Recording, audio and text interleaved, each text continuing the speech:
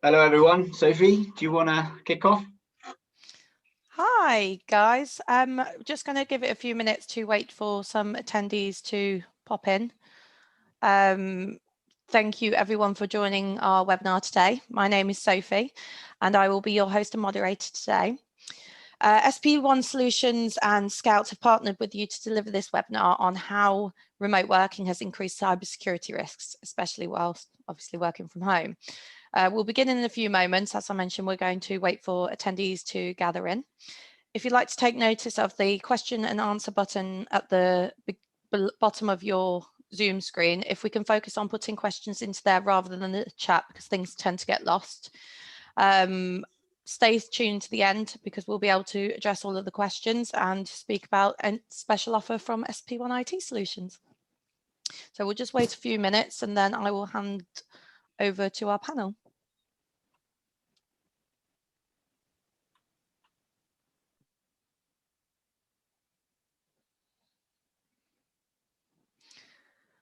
Okay, so if we get started then. So introducing today's panel, I once again am Sophie Williams. I'm the Business Development Manager for SP1 IT Solutions. I'm going to hand over to Stefano, our Managing Director. Hello everyone. Good afternoon. Welcome and thank you for attending. My name is Stefano. I'm the MD of SP1 IT Solutions. We provide IT solutions for the legal and professional markets. And today we have an amazing partner, Scout, help us out with cybersecurity, and I'm sure JP can intro himself and Thanks, just Stefano. tell us a bit more. Yeah, great, thanks. And look, thank you for the opportunity today, Stefano and Sophie. Very proud of the partnership with SP1, and for those that are on the line, great to see people. And again, if you have any questions, just pop them in the Q&A as the session begins. I run the business here in Europe for Scout, but James Mason's on the line also, and James is our engineer, and we'll be doing some exciting live demos later. But James, how about you introduce yourself? Yeah, sure. Cheers, JP. So yeah, nice to meet everyone. Thanks very much for popping on the webinar today. So as JP mentioned, I'm part of the sales engineering department here at Scout Cybersecurity. And today I'm going to give you a couple of live demonstrations of some attacks that we see that are pretty prevalent in the space. And obviously we can talk around how we can protect against those as well. But yeah, looking forward to showing things off. And again, if there are any questions, the Q&A button's just at the bottom there. There normally are with regards to what I show. So feel free to hammer me with any questions you want. But Sophie, with that, back to you. Lovely. So just a little bit about SP1 IT Solutions. We've been around about 8 years now, if my maths are correct. We are a bit of a niche, so we focus on the legal and professional sector. Today, specifically, we are targeting law firms, which is why you guys probably have had a nice phone call from me at some point in the past couple of months. So sorry about the badger, but glad to see you here. We have a great team of consultants. Steph, our managing director, specifically was an IT director for a law firm. Went on from there to consultancy and then to setting up his own business. If I'd like to pass on to JP now to speak a little bit more about Scout. Yeah, that's great. And I guess, Jared, you can take down the screen if you want at any point here. We're a cybersecurity company, really helping companies like SP1 make cyber easy and affordable for the SME space, and we actually have a focus on legal sector as well. But I guess one of the key messages today and we love doing sessions like this because it's all about education. How is it that we can share some knowledge that companies that and folks that are on the line don't have problems, and we're again proud of the partnership with SP1. But there's one main issue that's really got exacerbated over the last number of years is this tremendous lack of talent. Globally. There's 4 million open cyber security positions today, and really, Stefano, you and I talk about this all the time, I guess, where it's one of the problems for not just companies like ourselves or with SP1, or indeed clients and people are on the line are trying to run their business, run the IT business and within their own businesses. And you know, if and when you have a problem accessing that talent and making sure you navigate some of the things we're seeing at the moment. It's so difficult now, really, when you look at the threat landscape and, you know, mobile workforces that's obviously forced upon us with COVID. And Stefano, we talk about, like, particularly the main challenges we see is, you know, focusing around business email compromise. It's so prevalent now. And I guess, Stefano, you've seen that across your own customer base. Yeah, JP, I think, you know, we're in contact quite often, so we discuss this on a regular basis. But like you say, I think the ever-evolving cyber threats, they're always changing. Also, all the connectivity nowadays, public-facing, internet-facing, they cause 24/7 challenges. And, you know, for an organization to have a NOC operational 24/7 always at the high level is really, really difficult to achieve. That's why it's important that, you know, specialists like you guys, you know, focus on what you do best. And yeah, there is no way around it.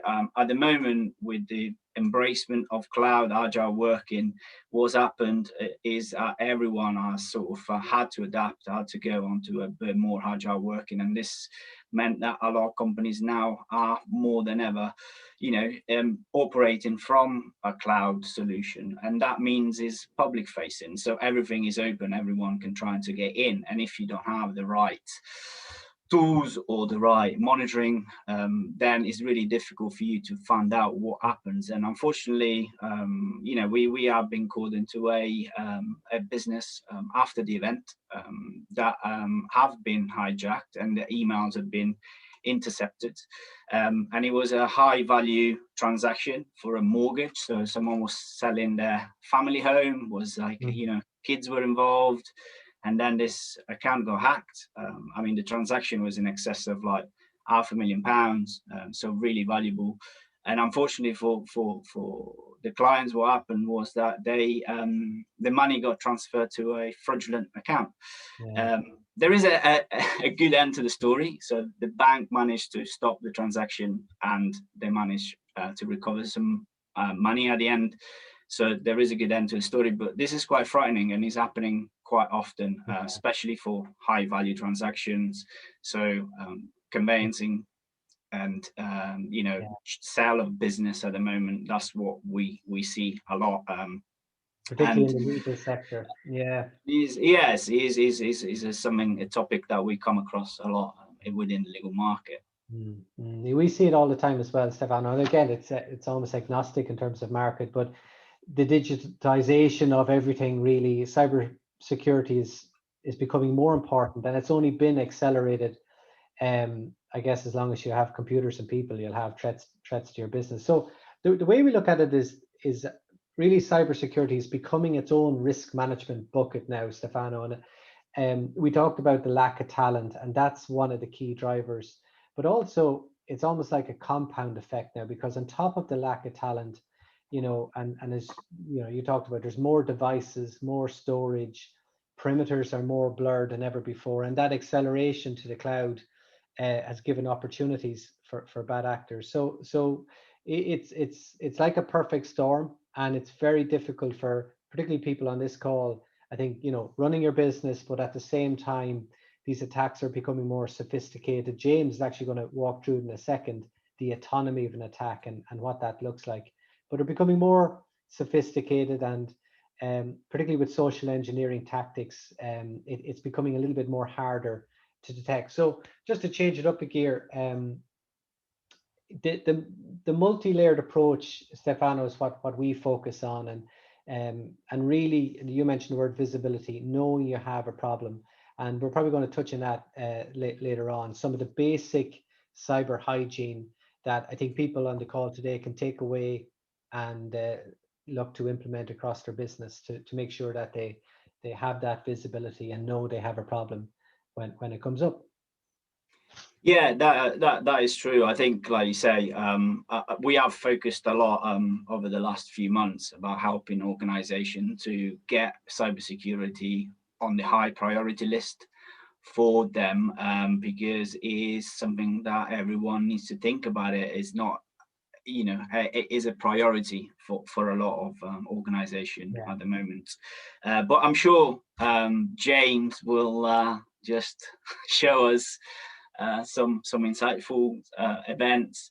And I think, yeah, is like I said, especially now with the COVID and going back to work, you know, what the normal is going to be, no one knows. But I think one thing is for certain is that people will carry on using and working from different places. So we need to make sure we have that security nailed, and we know that, you know, you can go back to sleep at night and then don't worry about it. But I think, yeah, so let's I don't know, James, like what are you gonna show us today? Tell us a bit more about it. Yeah, sure thing, Stefano. So we have two distinct demos that we wanted to give today. The first one, it really touches on the points that have already been made around business email compromise. We see around about 95% of all attacks starting at email, just for the simple fact that it's a very simple way of getting into someone's account, into someone's life.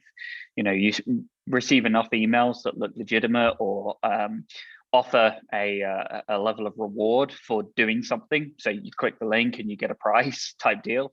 You know, it's very very enticing for someone to click on that link. So we'll definitely show how that kind of works and what the bad actors are doing in the background towards that. And then the second demonstration I wanted to show, it's one that you know, I mean, it's a kind of coin it to title it, it's ransomware. You know, ransomware has been around since years and years and years. I think it was first talked about in 1989 at an ASCII conference way back when.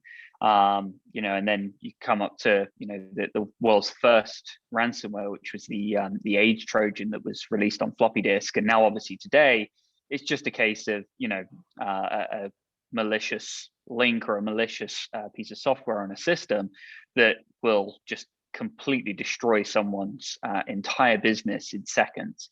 And obviously we can take a look at that and see really you know, how it works, what it does, and talk through kind of the processes and what we're looking at there as well. But yeah, so happy to dive in and start showing what we can do. Yeah, I'm sure everyone is quite keen, and I've got to say something. I mean, we've been using your solution for a while, and I think the email notification just proves that you know, as an extra peace of mind, your guys on the knock are active 24/7, and any changes that, you know, they register, they notify. So it's something that, yeah, absolutely. Yeah, anytime that anything happens, you know, whether it's email at the endpoint, on a server, the network, it doesn't matter what it is, you know, we've always got eyes on that with our pretty well stocked team of security experts, you know, that work around the clock, you know, no matter what day of the year it is. Obviously, yesterday being St. Patrick's Day, we've still got a full team in there, no matter what, even if they did have a few beers last night. But yeah, shall I dive in, Stefano? Yeah. Start. Yeah, I think so. I think people want to see how magic happens. So. Yeah, well, you know, magic is definitely a term for it, for sure. Let me share out my screen. We'll start taking a look at this. So just to introduce what we're looking at here, on the left-hand side of this pane, this is my attack machine. Left-hand side, we have a pretty well-known phishing tool as a phishing tool generator that can create links for me to steal credentials. On the right-hand side, we have my attack email, and you can see it looks pretty similar to a standard Microsoft email, talking about security alerts and things like that. So let's kick in. We're going to be doing a Microsoft level attack, and you can see we have attacks for a lot of different systems there. So I can create a page that looks very similar to anything. And this is predefined already, is it? Yeah, absolutely. So the tool itself, basically, it's preloaded with all of these different capabilities and all of these different attack vectors and attack systems. So all I have to do is basically say, hey, I want to run a Microsoft level attack. I can choose where that attack runs. Whether it's local to the system, or you can see I chose the ngrock.io. It's a pretty standard malicious site for creating these. And there you can see at the bottom now, I've got my link. So if I copy that, I'm just going to use this and drop this into the email here. And this, then we can send off to my victim. And there we go. We'll transition over to the victim's machine now. There we go.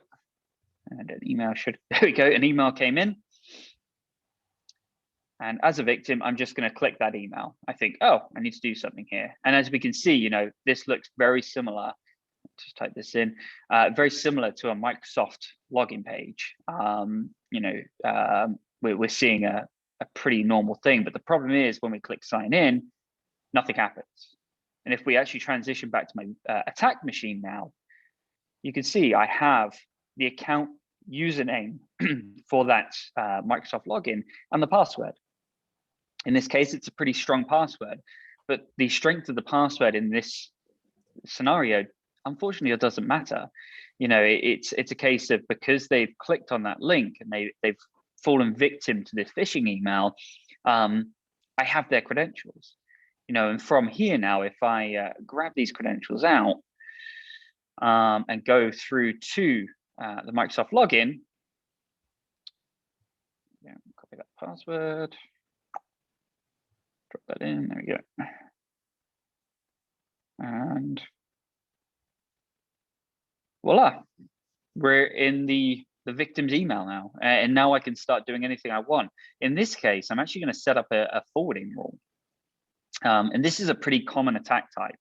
So this is something we'll see all the time. So you'll set up a rule, we'll call it something inconspicuous, that will, in this case, we're going to say, right, anything to do with a certain type of email, forward it out to me.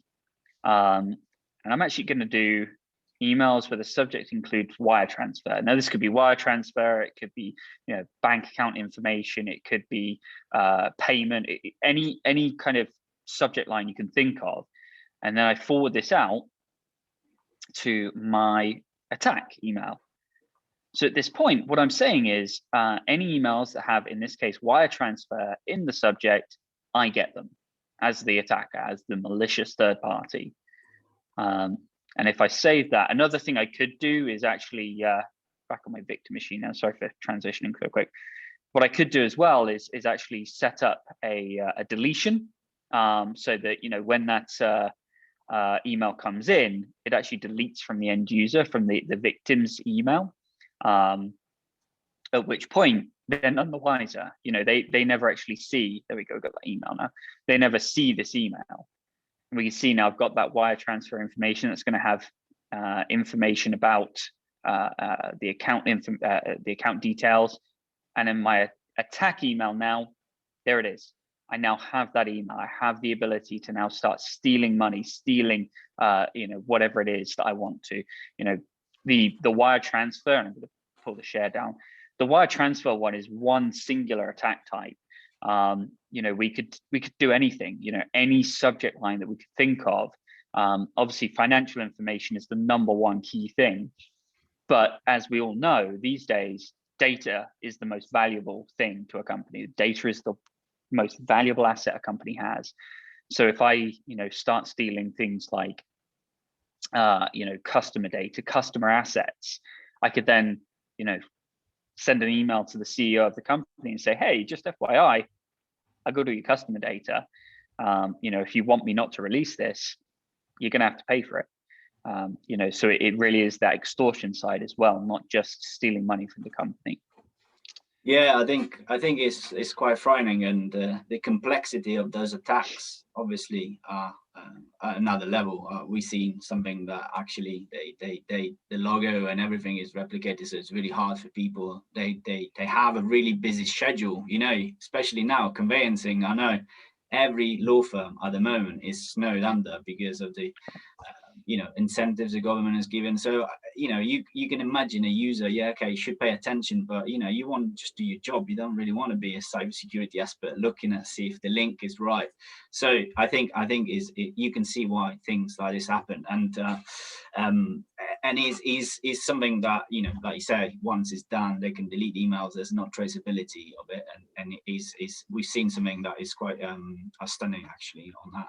Also, another thing that we obviously get asked quite frequently is ransomware. What is ransomware? And there's big news on the on the BBC, and companies, they just have been asked to pay a lot of money. We know something that Tesla, for example, they caught someone that's supposed to be injecting a ransomware. Can you just tell us a bit more of that and then show us what actually happens? Yeah, absolutely. So like I said, I mean, ransomware has been around for years and years and years. Over the past, say, 5 years, it has become more and more prevalent in the space. The idea of ransomware is incredibly simplistic. It's inject a piece of software that encrypts a system. And encryption as a whole, I would never say encryption is bad. It's just being used in a malicious way in this case. Obviously, we have encryption on basically everything these days. You have a level of encryption anytime you use mobile banking. You'll have encryption there. If you want to send sensitive documents to someone, you're going to encrypt it with a passphrase, and that will have a level of encryption. Either it's two primary types of encryption. It's AES or RSA. And most ransomwares, they're going to use the RSA level encryption. And a lot of them use RSA 4096 encryption. And just to break that down very quickly, RSA 4096 means that there are 4,096 characters to that encryption key. Now, if you think that every single character can be one of any letter, we have all the lowercase, all the uppercase, we then have all the numbers, and then all of the wildcard symbols. So, exclamation points, @ symbols, things like that. The amount of different variations upon that, it's 1 to the power of 24 to the Basically, there's trillions. The number is too large for me to actually understand how to verbalize what that number is. But the reason I kind of talk about that is, if you try to decrypt that key yourself, if you sat there and thought, you know what, I'm going to just run a system that tries every single combination of every single character, even with a pretty powerful machine, if I've got a MacBook Pro here. If I started that off right now, and I've got all the power of my MacBook Pro throwing into that, it's still going to be running that decryption after the known universe has blinked out of existence. So there really is no method to decryption of the RSA 4096 unless you've got the power of like a quantum computer, which very few people do, unfortunately. There are ways and means. There are companies out there that may be able to piece together some data, but it's a very expensive process. So we're looking at kind of a two-phase thing. You want, first off, a level of protection, and that's definitely something we can offer with regards to protecting endpoints, looking at all the data coming in, protecting against the email, things like that. But the flip side, obviously, is definitely, and I'm sure this is something you guys talk about regularly, it's having a good backup of your data as well. You always want to make sure that you've got protection. JP and I and Stefano, Sophie, we all talk about this concentric layers of security. And it's definitely something JP is going to touch on more. But let me show you the kind of anatomy of an attack with regards to ransomware, because it's being the nerdy guy that I am, I find it pretty cool. Like I said, it's simplistic. And it's pretty incredible. So once again, let me share my screen. And what we have here is just a standard Windows PC. Let's just say that I've just come back from a very nice holiday. That we all wish we could take right now, I'm sure, to somewhere nice in the world that isn't the four walls of my house. And and I'm just kind of getting back into the groove, and you know, I think, okay, well, I need to get started. I need to access my emails. I need to access my ERP system. You know, I'm in sales. I got to get selling, because that's how I make my money. So I go ahead and open Chrome. And as we can see, Chrome didn't open straight away. So I think, oh, maybe it's updating something, or maybe it's just taking a while. And we're starting seeing weird icons popping up all over the place. And I think, oh, that's weird. Wonder what's going on here. Oh, well, it must be a new policy that IT put in place, so whatever. But what we're seeing here, these new icons, these blank icons that are showing up here, these are actually the encrypted versions of the files that I have on my system. And I'm starting to get a bit weirded out now. I'm seeing all these things pop up, and I think, this is weird. Maybe I should ring IT and ask what's going on. Should ring Stefano. He'll probably tell me what's going on here. And then this pops up, and I'm like, all right, no, I've never seen that before. What's all this encrypted, want to decrypt? I don't know what this means. All right, now I definitely need to ring Stefano, because I'm kind of worried now. And I'm seeing more and more things pop up, and all of my files are currently being encrypted with that RSA. In this case, it's a 2048, so there's only 2048 different characters. Only, yeah. Yeah, and then finally we see this. And what we're seeing here, this is the pop-up that you would see anytime a piece of ransomware hits the system. And this pop-up is basically saying, hey, I've encrypted your data. You know, Mr. Nice salesperson, I've encrypted your data, and I'm holding it to ransom. If you do not pay me, in this case, it's actually a relatively small amount. I'll touch on this in a second, but it's only $300 of Bitcoin. But if you don't pay me $300 in 3 days, I'm going to double it. And then after 7 days, I'm actually going to delete that encryption key, and you'll never get your data back. So not only is there a threat to start with, like I'm holding your data ransom, there's then an elevated threat, I will double the ransom. And then there's an ultimatum, pay me or you're never getting your data back. And this is a standard thing that we're seeing. To add to this though, in this case, this is WannaCry. So WannaCry was very prevalent a couple of years ago, and there's new variants coming out of it, but WannaCry is a little bit older now. The newer versions of ransomwares now, they do much worse. I'll tell you what, I'll pull down my share just so you're not just staring at that terrifying screen. But the new versions of ransomware, they're asking for $100,000. They're asking for $1 million. They're asking for ridiculous amounts of money, and then they're doubling it as well. But not only that, these new variants of ransomware, they're encrypting the local data, but they're also stealing your data, holding it on a cloud-based server that you can't get access to, because predominantly these servers are held in countries with zero extradition and really funky privacy laws. Excuse me. And what they're saying is, all right, so pay me to get your local data back. So you pay them because you're like, I'm losing money right now. My business cannot withstand being offline for this period of time. So you pay for the ransom, you pay to get your data back, and they say, thanks for that. Pay me again, otherwise I'm going to leak all your customer data on the dark web to the highest bidder. And we saw it recently with a very well-known gaming company that may or may not have released a game in the last year that most people slated as being a unfinished and pretty terrible game, naming no names, but they were hit for $100 million, $100 million to, first off, get the data back from the encryption, and second off, not release HR files, unreleased game engine data, and a ton of other stuff. So $100 million for this game developer company, and that's the kind of thing we're seeing. In the past year alone, the average price of ransoms, like I showed you just a minute ago, $300. $300, you're kind of like, hey, okay, to get my data back, I'm losing currently, $10,000 an hour. $300 isn't that bad. Last year alone, we saw the average price of ransom at $100,000. So it's really unsustainable. And again, this is where the solutions that between ourselves and SP1 have got, we can protect organizations against these things happening for sure. yeah, those are the demos, and that's kind of where we're at today. So JP, back over to you. I just might pick it up from where you left off there, and for those on the call particularly, this is pretty much how we look at the problem and the solution together. So it really comes down to taking a proactive approach.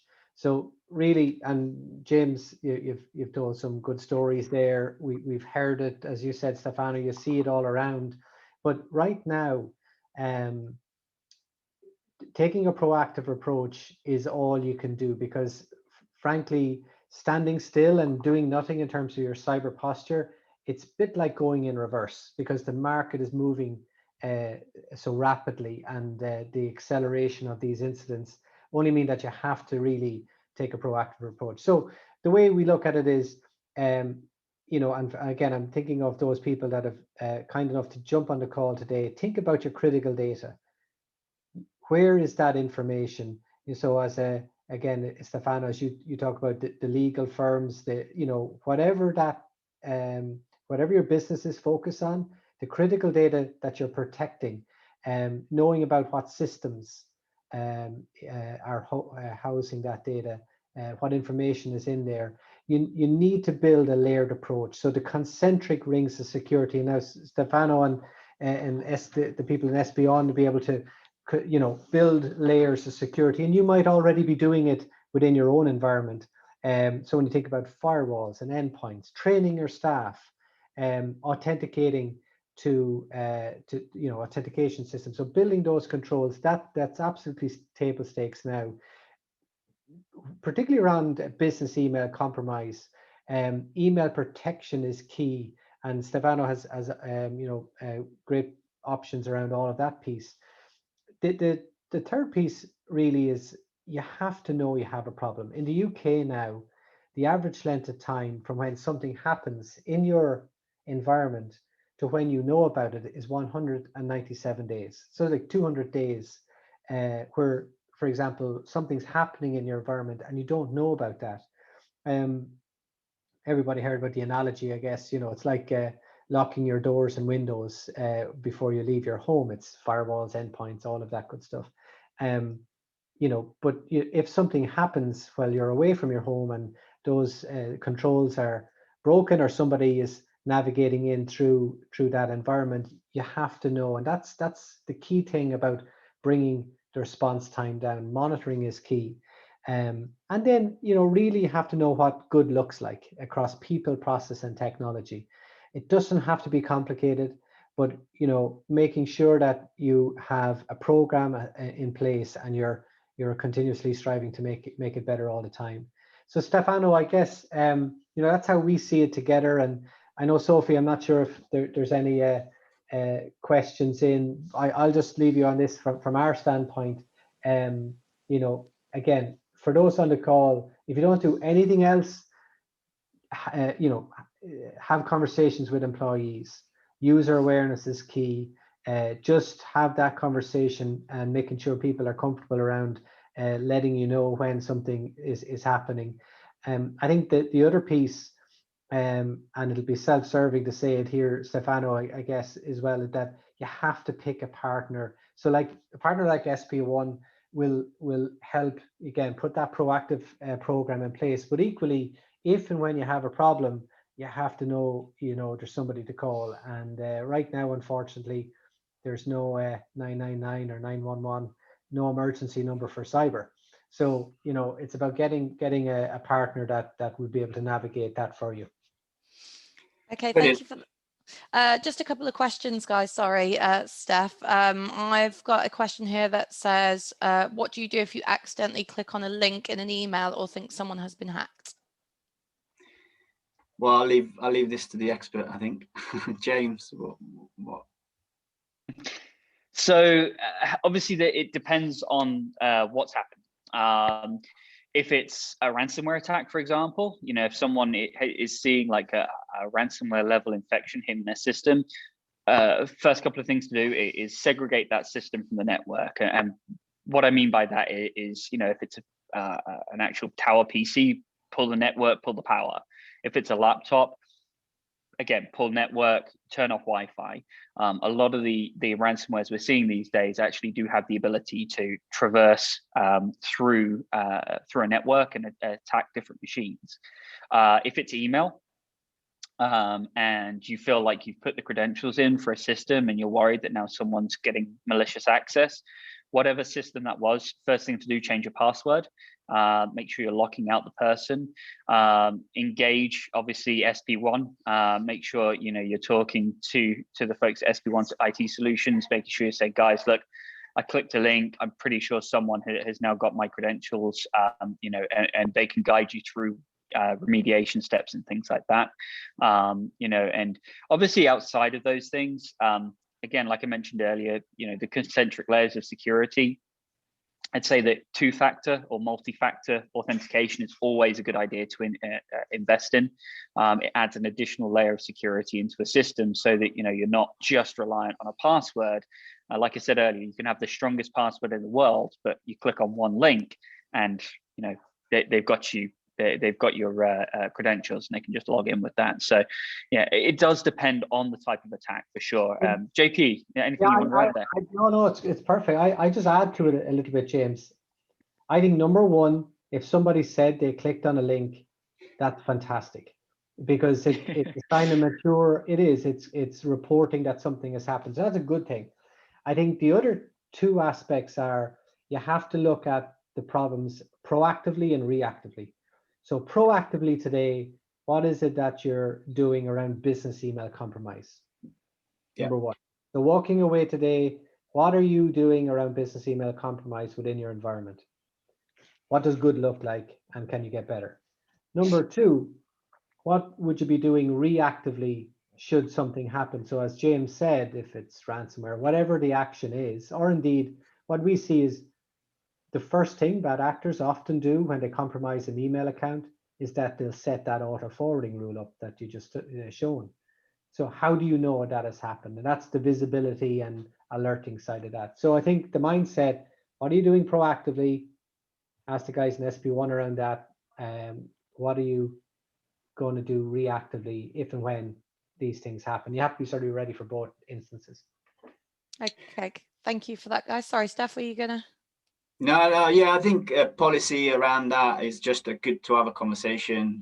Just be prepared. Like I said, JP and James said, talk with your user, make sure they're aware of the cybersecurity threats, what you do in case. Don't stigmatize it. Don't say, oh, you shouldn't have done that. Just make sure that they're quite comfortable to report things, and so they don't really just hide and leave things for weeks, and then the problem gets bigger. Lovely, thank you, Steph. One last quick question. As thank you guys for your time and for listening all the way through. What industries do hackers target the most? I'll take a stab at that, Stefano, because you'll have one view. Our lens really is that across all sectors, it's a problem. I think it's more of a problem in others. So when you think about healthcare, legal as well, there's a target around high value transactions.